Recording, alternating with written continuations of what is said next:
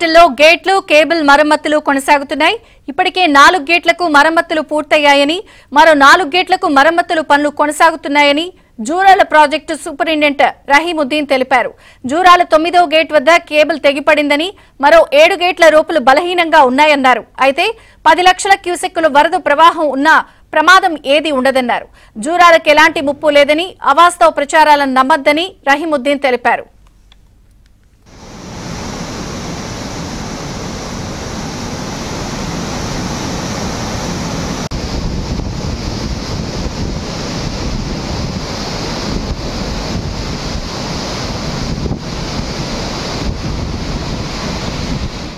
మరమ్మతులు పనులు కొనసాగుతున్నాయని Jurala project superintendent Rahimuddin తెలిపారు.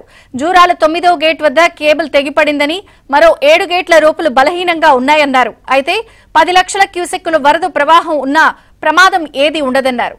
జూరాలకు ఎలాంటి ముప్పు లేదని, అవాస్తవ ప్రచారాలను నమ్మొద్దని రహీముద్దీన్ తెలిపారు.